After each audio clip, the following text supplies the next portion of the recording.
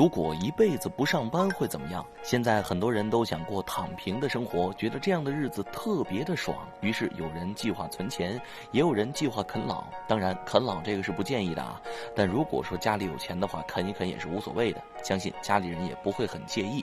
但不妨碍家里没啥钱还啃老的人，这种现象尤其在日本十分的常见。那如果你存够了钱，一辈子不上班会是怎么样呢？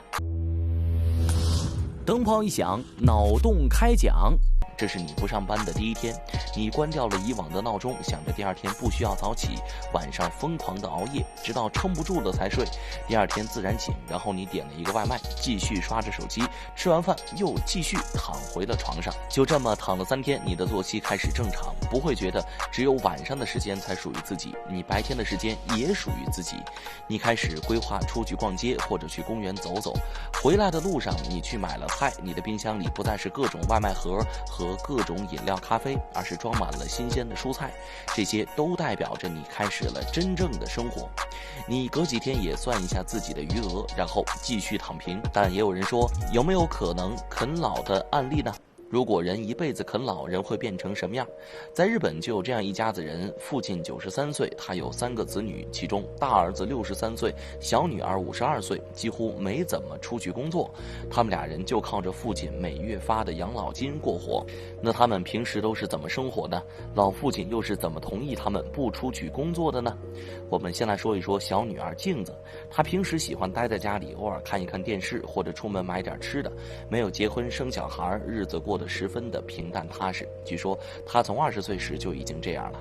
而他的哥哥也是没有出去工作，每天喜欢待在自己的房间里，也没有结婚生小孩，每天最喜欢的事情就是抽烟。据说他的精神不是很好。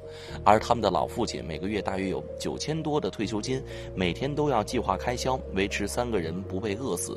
直到老父亲死的那天，2人平静的脸庞上才有了不一样的表情。有人说他们是觉得父亲走了，那么他就不能继续啃老了；也有人说父亲走了，他们舍不得。但据说他们的父亲还给他们留了一笔钱，而且他们将继续在房子里待下去，直到死亡。那如果不啃老，也没有自己的存款，躺平会怎么样呢？在没有被存款的情况下，躺平会怎么样？真的会很惨吗？你在经受了老板的 PUA 背锅，同事不断的找茬加班以后，你实在是忍不了了，一气之下选择了裸辞。